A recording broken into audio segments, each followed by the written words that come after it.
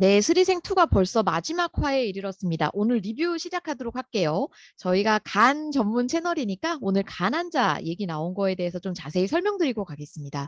우리 첫 번째 나온 환자분이 내과에서 색전술과 방사선 치료를 계속했는데 간 기능이 좋지 않아져서 간이식을 권유를 받은 환자고요. 제가 전에도 얘기 드렸지만 이 병은 좀 이상해요. 보통 이 간이식 직전에 즉 색전술 방사선 치료 받다가 이제 간 기능 떨어지게 되는 환자분들은 내과에서 보거든요. 근데 여기는 아무튼 뭔가 바로 지금 이 시기 아님에도 불구하고 일단은 외과에서 케어를 하고 계신 것 같아요.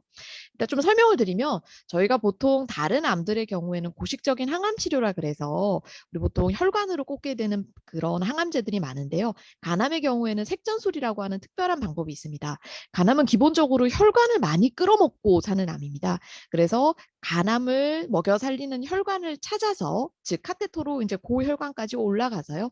고혈관에만 부분적으로 항암제를 뿌리고 나오는 거를 색전술이라고 얘기를 하고요. 색전술은 따라서 간암에만 항암제가 들어가게 되고 나머지 부분은 항암제가 들어가지 않는 효과가 있어서 간 기능을 최대한 보존해주는 효과가 있습니다. 일반적으로 간암에서 방사선 치료를 뭐 다른 치료에 비해서 많이 하지는 않는데요. 문맥, 뭐 큰 혈관 쪽으로 혈전이 있다든지 아니면 다른 방법이 어려울 때는 2차적인 방법으로 방사선 치료를 하기도 합니다. 그리고 우리 요 환자분 보시면 얼굴 색깔을 잘 기억해 두셔야 됩니다. 여러분 길 가시다가요. 이렇게 약간 시커먼 분들 보면 간이 안 좋다고 생각하시면 돼요. 이거 일반 사람들 상식과도 거의 일치를 하는데 우리가 보통 황달이 오면은 눈이 이제 노랗게 되고요. 그 황달이 오래되게 되면은 빌리버딘이라고 하는 물질로 되면서 얼굴이 뭔가 푸르스름하거나 검은 얼굴로 됩니다. 그래서 실제로 우리 왜 길 가다가 친구들한테 뭐 얼굴이 좀 검어 보인다 이러면 너 간 안 좋아라고 묻는 경우가 있잖아요. 이게 이제 빌리루빈에서 비롯된 빌리버딘이라는 물질 때문에 생기는 현상입니다.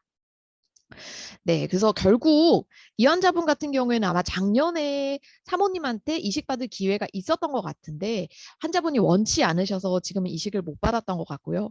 네, 지금 제 환자분 중에도 아주 똑같은 케이스가 있습니다. 그냥 와이프가 해주신다고 하고 그냥 빨리 받으면 될 것 같은데 대부분 남편분들이 와이프 거를 그렇게 편하게 받지를 못합니다. 정말 미안한 마음에 계속 네, 내가 차라리 암 걸려서 죽는 게 낫지 와이프를 칼을 대게 할 수 없다 는 심정으로 기다리고 있는 환자분이 계셔서 저도 정말 매일매일 마음이 타는데요. 근데 남자분들이 좀 이런 분들이 있다는 거.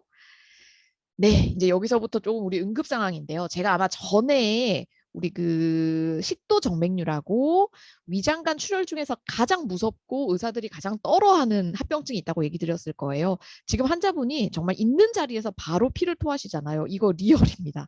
정말 그 자리에서 피를 갑자기 한 마씩 토하는 경우가 많고요. 피를 이렇게 토하자마자 이제 순식간에 여기도 보면은 혈압 떨어지고 의식이 바로 처지면서 자발호흡이 없어지는 아주 응급 상황으로 가게 됩니다. 그래서 보통 이렇게 식도정맥류 출혈이 있을 때는 먼저 약물을 쓰고 바로 응급 내시경을 통해서 지혈술을 해야 되는데요.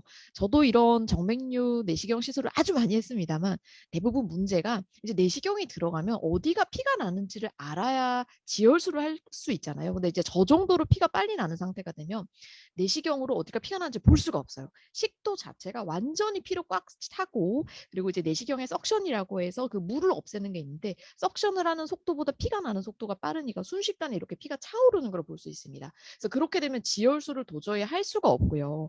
지혈술을 할 수가 없는 환자에게 저희가 보통 SB 튜브라고 하는 물질을 도구를 넣게 됩니다. SB 튜브는 쉽게 생각하면 큰 풍선이라고 생각을 하시면 되겠어요. 그래서 식도 어딘가 정맥류에서 피가 나고 있으니까 식도에 아주 뚱뚱한 풍선을 넣어서 물리적으로 식도를 압박을 해서 지혈을 하겠다라는 의미이고요. 우리 환자분들 중에 콧줄하는 환자분들 가끔 보셨죠. 콧줄과 마찬가지로 코로 이렇게 억지로 집어넣어서 식도 위로 이제 위까지 거치를 하게 되고요. 위에 이만한 이제 풍선을 거치를 하고 식도에도 풍선을 거치라서 잡아당기게 되면은 그 풍선이 식도와 위를 이렇게 압박함으로써 물리적인 지혈을 하게 됩니다. 근데 여러분 생각을 해보세요. SB 튜브가 효과가 좋을까요? 안 좋을까요? 당연히 좋지가 않습니다. 왜냐하면 사실 피가 나는 그곳을 정확하게 지혈을 해야 되는데 전반적으로 그냥 압박을 한다 뿐이니까 SB는 어떻게 근본적인 치료는 되지는 않고 다음 치료까지 환자를 어떻게든 살리기 위한 그냥 브리징 도구로 생각을 하시면 됩니다. 그래서 보통 이제 SB 튜브를 한다 하는 얘기는 환자가 굉장히 안 좋다는 상황을 뜻하는 거고요. 그래서 결국 중환자실까지 갔고 내과 아마 소화기내과 교수님이신 것 같아요. 호출을 하셨죠. 이제 오늘 밤 고비라는 얘기가 나왔고요.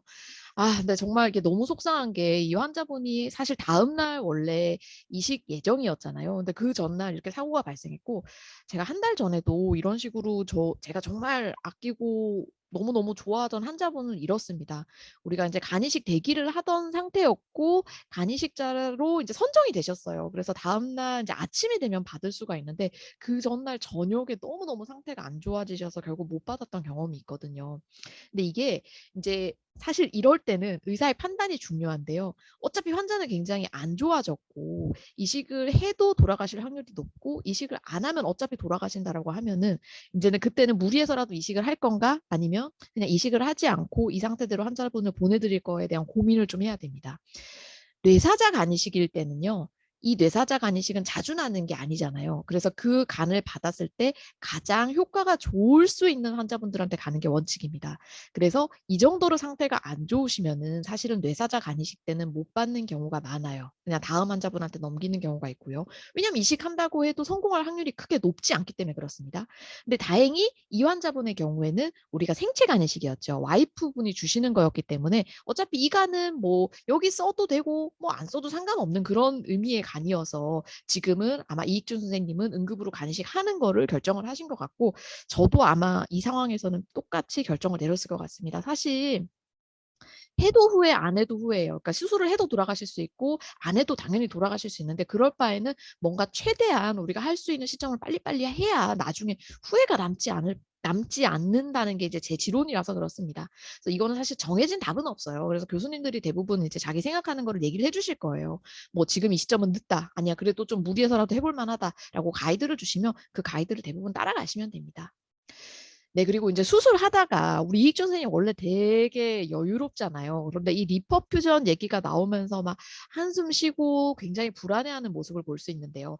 리퍼퓨전의 의미는 뭐냐면 우리가 간을 이제 남의 간을 받아왔고요. 그 남의 간의 혈관과 내 혈관을 이렇게 연결을 계속 해 줍니다. 근데 그 연결이 제대로 되기 전까지는 당연히 아직까지는 새 간에 피가 가면 될까요? 안 될까요? 아직 못 가게 합니다. 그리고 리퍼퓨전이라는 얘기는 인제 자봉합이 끝났고 글로 봉합이 잘 되었는지 이제 피를 비로소 흘려보내겠다는 거거든요. 그러니까 리퍼퓨전을 한다는 얘기는 거의 다 끝났다. 이제 마지막으로 피가 나는 곳이 없는지를 확인을 하겠다는 거고요. 그래서 클램핑 이렇게 피가 못 가게 묶고 있다가 이익준 선생님 클램핑을 이렇게 푸는 거를 볼 수 있어요.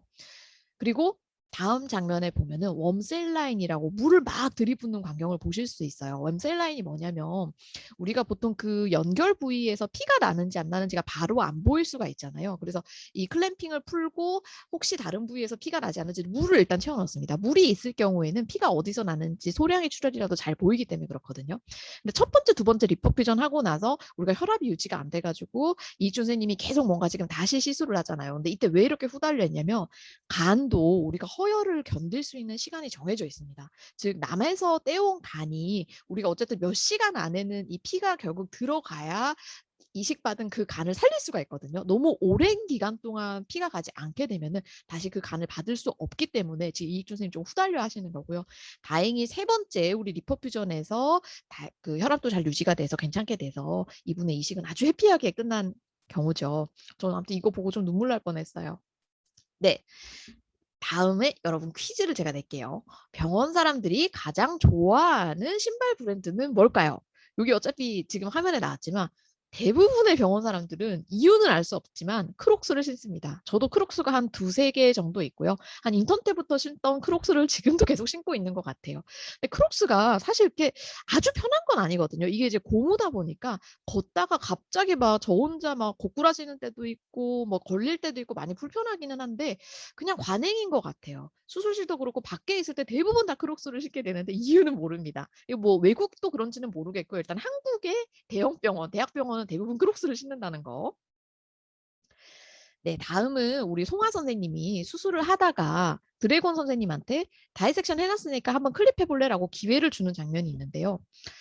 이게 참 고민인 게 여러분 대학병원이라는 거는 기본적으로 트레이닝을 목표로 하는 병원입니다. 즉 배워야 하는 의사들이 계속 이 대학병원에 있고 이 의사들을 트레이닝을 시켜야 또 다음 의사들이 태어나고 또 시술을 잘하고 할 수 있잖아요. 그래서 이 트레이닝 받는 의사들에게 계속 뭔가 기회를 제공을 해줘야 되는데 간혹 환자분들 중에서 교수가 직접 안 한다로 생각을 하시는 분들이 계시는 것 같아요. 절대 그런 개념이 아니고요.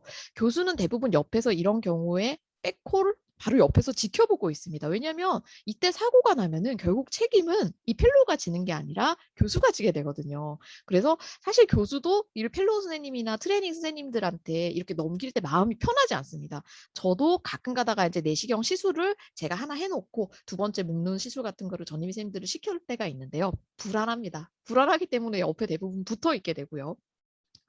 간혹 그래서 환자분들 중에 아까 제가 섭섭해하는 분들이 좀 있다고 얘기 드렸잖아요. 그냥 100%다 우리 교수님이 해줬으면 좋겠는데 왜 한 번 정도는 저 교수님이 아니라 다른 의사가 해주냐. 대학병원이라는 어쩔 수 없는 수련 환경 때문에 그렇습니다. 그리고 이제 자라나는 후학도 그렇고 우리 다음에 또 태어나는 여러 우리 국민들이 있잖아요. 그분들을 위해서 계속 서로 이제 이런 기회를 제공해 주신다고 생각을 해주시면 될 것 같아요. 네. 그래서 보통 우리가 이렇게 뭔가 첫 시술에 성공을 하게 되면요. 병원 용어로 이유는 모르겠으나 EY를 했다. 그러니까 뭔가 첫 시술을 성공을 했다라고 얘기를 하고 보통 아이스크림이나 아니면 과자 같은 거를 쏘는 게 관행입니다. 네. 네. 다음은 우리 김준환 선생님 나오는 거고요. 아침에 보통 의사들이 어떤 회의실에 우르르 몰려 있는 광경을 보실 수 있을 거예요. 이걸 보통 우리가 컨퍼런스라고 얘기를 하고 뭐 의학 드라마에 많이 나오죠. 컨퍼런스는 어려운 환자에 대해서 한 과에서 해결을 하기가 어려울 때 여러 과의 의견을 한꺼번에 듣기 위해서 만들어지는 자리입니다. 보통은 그래서 영상의학과, 내과, 외과, 뭐 필요할 경우에는 병리과나 아니면 뭐 다른 과 이렇게 여기 같은 경우는 소아과도 오시는 경우가 많고요. 의학에 100%딱 떨어지는 경우가 많지는 않습니다. 예를 들면은 우리가 보통 CT나 MRI에서 약간 암이 의심된다고 했는데 실제 암일 확률이 한 50%, 60% 정도밖에 안 될 것 같아요. 그런데 뭔가 계속 커나가고는 있고 근데 수술적인 제거는 조금 어려운 위치고 이럴 때 어떻게 해야 될지 여러 과가 모여서 머리를 맞대는 자리라고 생각하시면 되겠고요. 네, 개인적으로는 컨퍼런스 너무너무 싫어합니다. 왜냐하면 컨퍼런스가 아침 일찍 해요. 회진이나 아니면 수술에 영향을 주지 말아야 되기 때문에 컨퍼런스 하는 날은 뭐 빠른 데는 6시 반, 어떤 곳은 7시, 아무튼 아무리 늦어도 7시 반에는 대부분 컨퍼런스를 시작하거든요. 아침잠을 잘 수 없게 만드는 제도 중에 하나입니다. 네, 그리고 이제 산부인과 얘기가 나왔는데요. 아, 근데 저는 왜 이렇게 캡처를 하면 우리 배우분들이 이상하게 되는지 모르겠어요. 이거 일부러 이렇게 캡처를 한 게 아닌데 이 당직 제도가 있어요. 그래서 저희가 산부인과 교수님이 아기를 받아줬으면 좋겠는데 당직인 선생님이 딱 걸린 날이 있거든요. 뭐 새벽 2시에도 이 교수님이 항상 있을 수는 없잖아요. 그런데 간혹 환자분들 중에 이제 저도 건너 들은 얘기인데요. 우리 아이는 꼭 교수님이 받아야 된다라고 얘기를 해서 아기가 이만큼 내려왔는데도 못 나오게 막아달라고 얘기를 하고 아침까지 기다리려고 하시던 환자분이 있었다고 제가 들었어요. 여러분 절대 그러지 마십시오. 아기한테도 당연히 좋지 않고요. 그 응급은 어차피 저희들이 돌아가면서 하고 있고 백콜이라 그래서 응급만으로 잘 해결이 되지 않을 경우에는 다시 세컨드 의사, 서드 의사까지 다 오게 되어 있거든요. 그래서 안심하시고 담당 교수님이 없다고 하더라도 당직 의사한테 순리대로 하시는 것이 가장 안전합니다. 네, 그리고 이 장면은 사실 제가 화가 나서 좀 넣었습니다. 김준환 선생님이 야, 주말에 뭐해? 같이 노래방이나 갈까? 이렇게 얘기를 하잖아요. 이 지금 아마 송환 선생님은 부교수인 것 같고 나머지는 조교수 선생님인데 여러분 이 조교수들이 이렇게 놀 수가 없습니다. 이거 말이 사실 안 되는 거고요. 저만 해도 주말에 뭐 노래방 가고 노는 시간은 거의 없고 이제 평일에 하지 못했던 일 같은 거를 대부분 하는데 율제병원은 조교수님들의 로딩이 너무 적은 게 아닌가 생각이 돼요. 네, 부럽기도 하고 한편으로는 왜 저는 이렇게 살고 있나라는 생각이 좀 많이 들었습니다. 네, 그리고 우리 연애를 시작한 두 선생님 얘기가 나왔는데 보시면서 좀 이상한 거 못 느끼셨어요? 여기 구내식당도 있고 밥도 굉장히 잘 나오는데 굉장히 많이 시켜 먹는 게 나올 거예요. 이게 어쩔 수가 없는 게 수술이 이제 늦게 끝나는 경우, 보통 우리가 구내식당이 뭐 아무리 늦어도 저녁 7시 정도까지밖에 안 하거든요. 근데 뭐 8시, 9시 이렇게 늦게 수술이 끝나게 되면 당연히 시켜 먹을 수밖에 없고, 이런 과정이 반복되다 보면 우리 밖의 음식은 칼로리가 높잖아요. 우리 서저리 선생님들의 배가 점점 나오기 시작합니다. 그래서 실제 제 동기 중에서도 들어올 때는 막 엄청 날씬한 꽃미남이었는데 한 정형외과나 이제 이런 데 가서 한 20kg 늘어서 이제는 수술대에다 배를 막 올려놓고 수술을 하는 친구들도 많이 있고 그렇습니다. 네, 그리고 우리 인턴 선생님들 두 분이 지금 이제 완전 파김치가 돼서 가고 있고요. 인턴 때, 그러니까 결국 이렇게 생각하시면 돼요. 36시간 근무, 12시간 휴식. 그러니까 12시간에 집이 예를 들어서 가까우면 괜찮은데, 예를 들어서 뭐 통근이 1시간씩 걸린다. 이러면 집에 안 갑니다. 대부분 그냥 병원에서 자게 되고요. 그래서 한 1주, 2주 밖에 못 나가고 계속 병원 생활하는 게 반복이 되다 보면은 사람이 굉장히 좀 피폐해지는 경향이 있는 것 같습니다.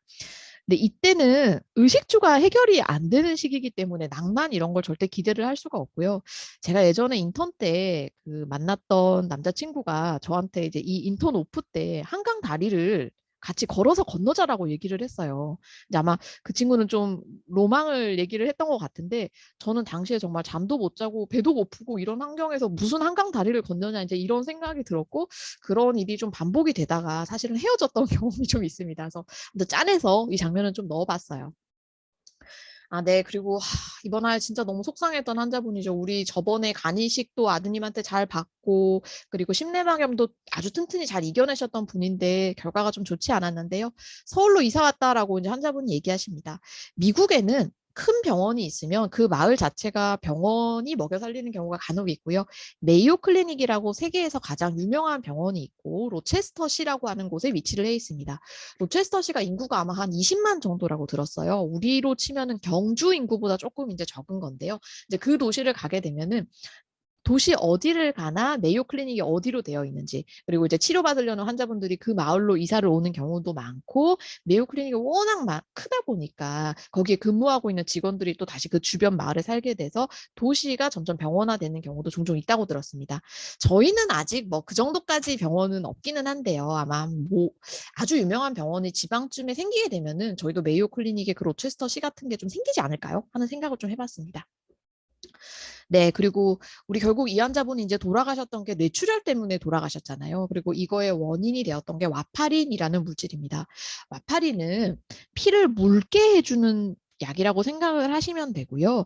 이분이 심내막염을 앓으셨잖아요. 그리고 뭐 이분은 아니지만 우리 보통 뭐 심방세동이 있다거나 심장이 좋지 않은 분들의 경우에는 그러니까 피가 심장에서 그냥 빨리빨리 잘 돌아야 되는데 뭔가 정체를 하고 있고 예전에 균이 생겼고 이럴 경우에는 피떡이 심장 안에 생기기 쉽고요. 결국 심장 안에 생긴 피떡은 어딘가 날아가서 박히게 되겠죠. 그래서 그 피떡을 생기지 않도록 하기 위해서 우리가 항응고제, 피를 묽게 해주는 약을 여러 개 쓰고 와파린이 가장 대표적이고 고전적인 약입니다. 즉 와파린을 먹게 되면은 우리가 어떤 그런 혈전으로 인한 급성 질환은 막을 수가 있는데 몸이 전반적으로 피가 많이 나는 환경에 접하게 되고요. 지금 환자분처럼 뇌출혈이 생길 수도 있고 뭐 어떤 환자분들 같은 경우에는 정말 간단한 교통사고였는데 내장 출혈이나 이런 게 멈추지 않아서 돌아가시는 경우도 많습니다. 사실 모든 치료가 그런데요. 우리가 어떤 치료를 했을 때 이득이 뭐고 위험이 뭔가를 항상 이제 고려를 좀 해야 되는데 아마 보통 우리가 이제 결과를 보면은 이런 심내 감염이나 아니면 그런 심장 안의 혈전이 훨씬 더 위험하다라고 보통은 보고가 되어 있어서 이런 아주 중요한 부작용인 뇌출혈이 있음에도 불구하고 와파린 치료를 할 수밖에 없는 상황이기는 합니다. 그래서 와파린 드시고 있는 분들은 혹시라도 계신다면 항상 몸 조심하시고 어딘가에 이렇게 멍 들지 않는지 확인을 좀 해보시는 게 좋습니다.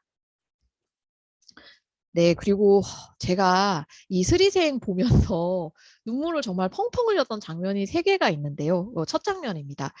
사실 의사 되고 나서 눈물이 적어질 줄 알았어요. 그런데 오히려 조금 더 뭐랄까 환자분들이나 보호자분들의 그런 상황을 보면은 요새는 눈물이 좀 더 많이 나는 것 같아요. 지금도 최송화 선생님 환자분 두 방이었는데 왼쪽 방에서는 그 이식받은 환자분 돌아가셔서 이제 가족분들이 울고 계시고 그다음에 오른쪽 방에서는 이분은 아마 장례식장 와이프 장례식장에서 이제 너무 충격받아서 쓰러지셨던 환자분이었죠. 그분은 다시 다행히 살아나셔서 가족들이 되게 이렇게 행복해하고 있는 장면인데요. 삶과 죽음이 굉장히 한 끗 차이로 많이 갈리는 것 같습니다. 그래서 제가 전에도 한번 동영상 통해서 얘기 드렸는데 우리가 큰 흐름은 바꿀 수가 없는 것 같아요. 저는 순천향병원에 근무를 하고 있는데 저희 병원에 그 지으신 서석조 선생님께서 하셨던 말 중에 하나가 병은 하늘이 고치고 의사는 그 과정을 도울 뿐이다라는 얘기를 하신 적이 있거든요. 정말 진리라고 생각을 합니다.